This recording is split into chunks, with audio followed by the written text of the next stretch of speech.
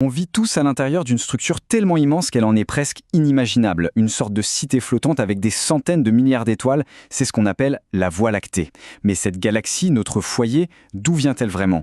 Son histoire, c'est une véritable épopée qui s'étend sur des milliards d'années. Une histoire de naissance, de croissance parfois violente et d'un futur inévitable. Allez, partons ensemble pour retracer son incroyable voyage cosmique. C'est la question de base, n'est-ce pas?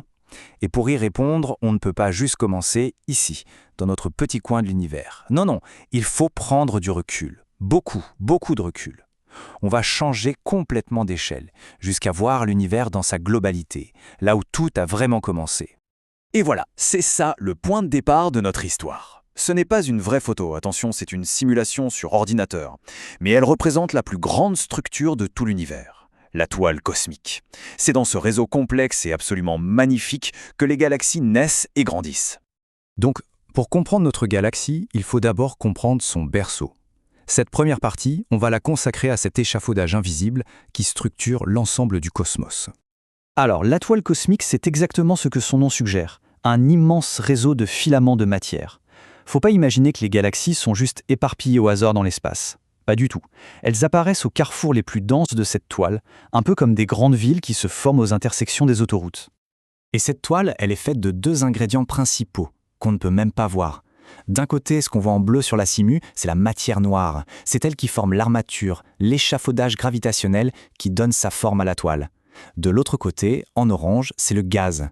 Et ça, c'est la matière première, le carburant, qui va finir par s'enflammer pour former des étoiles et des galaxies entières.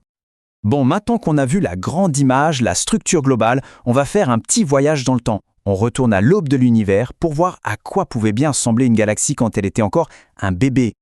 Voici la galaxie Firefly Sparkle, qu'on pourrait traduire par l'étincelle de Luciole.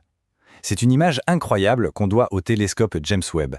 Et ce qui est fou, c'est qu'en regardant aussi loin, on remonte littéralement le temps. On voit ici une galaxie telle qu'elle était à ses tout débuts.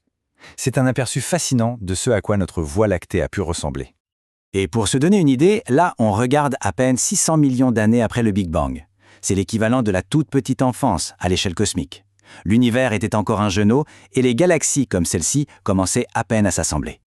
Et c'est là que ça devient vraiment intéressant pour nous. En étudiant cette galaxie lointaine, c'est un peu notre propre histoire qu'on est en train de lire. Sa masse est très comparable à ce que devait être la Voie lactée à la même époque. C'est comme si on regardait une photo de notre propre enfance cosmique. Alors, une galaxie, ça ne grandit pas tout seul dans son coin. La phase suivante de sa vie est beaucoup plus mouvementée. Elle est marquée par des fusions, des collisions titanesques qui, et c'est ça le paradoxe, sont des événements incroyablement créatifs. Une collision de galaxies, ce n'est pas un accident de voiture, ce n'est pas instantané. C'est plutôt une sorte de danse gravitationnelle qui dure à peu près 1 milliard d'années. Les galaxies se traversent plusieurs fois, elles s'étirent, se déforment sous l'effet de la gravité, avant que leurs cœurs finissent par fusionner pour ne former qu'une seule, plus grande galaxie. L'effet le plus spectaculaire d'une fusion, c'est cette explosion de formation d'étoiles. Alors que notre Voie lactée aujourd'hui forme tranquillement l'équivalent de 2 soleils par an, une fusion, elle, peut déclencher ce qu'on appelle un starburst et produire plus de 100 masses solaires par an. Pourquoi? C'est simple. La collision agit comme un gigantesque presse-agrumes cosmique. Elle comprime d'énormes quantités de gaz et ça déclenche une vague massive de naissance d'étoiles. Bon, après ce petit détour par le passé violent des galaxies, il est temps de rentrer à la maison. On va examiner de plus près notre propre galaxie, la Voie lactée, telle qu'elle est aujourd'hui. Voilà une carte de notre quartier. La Voie lactée est une magnifique galaxie spirale. Et ses bras, comme le bras de Persée, ce ne sont pas des structures fixes. Ce sont des ondes de densité, un peu comme des embouteillages cosmiques. Quand le gaz et les étoiles passent dedans, ils sont ralentis, comprimés, et ça déclenche la formation de nouvelles étoiles. C'est pour ça que les bras sont si brillants. Ils sont illuminés par toutes ces jeunes étoiles bleues et chaudes. Un petit chiffre pour donner le vertige. Depuis sa naissance, il y a presque 5 milliards d'années, notre Soleil n'a fait le tour du centre de la galaxie qu'environ 23 fois. C'est tout. Chacun de ces tours, une année galactique, dure environ 220 millions de nos années. Ça donne une idée de l'histoire longue et dynamique de notre galaxie.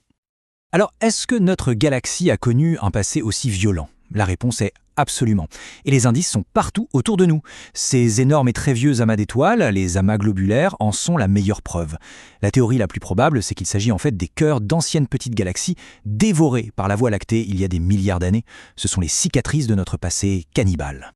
Mais cette histoire de fusion, elle n'est pas terminée. La danse cosmique continue et notre propre galaxie a un rendez-vous inévitable dans son avenir lointain. Voici notre prochaine partenaire de danse, la galaxie d'Andromède. Et elle fonce droit sur nous.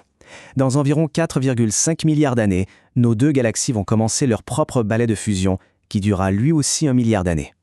Le cycle de croissance par collision, celui qui a façonné notre galaxie depuis sa naissance, va tout simplement se répéter. Et tout ça, ça nous amène à une dernière question assez fascinante. Quand Andromède remplira notre ciel et que la fusion déclenchera une nouvelle vague de formation d'étoiles, le ciel nocturne sera complètement transformé. Il sera illuminé par la lueur de gigantesques pouponnières d'étoiles. Un spectacle à couper le souffle pour de futurs observateurs, et un rappel que même à l'échelle d'une galaxie, l'histoire n'est jamais vraiment finie. Ce n'est que le prochain chapitre de ce voyage cosmique infini.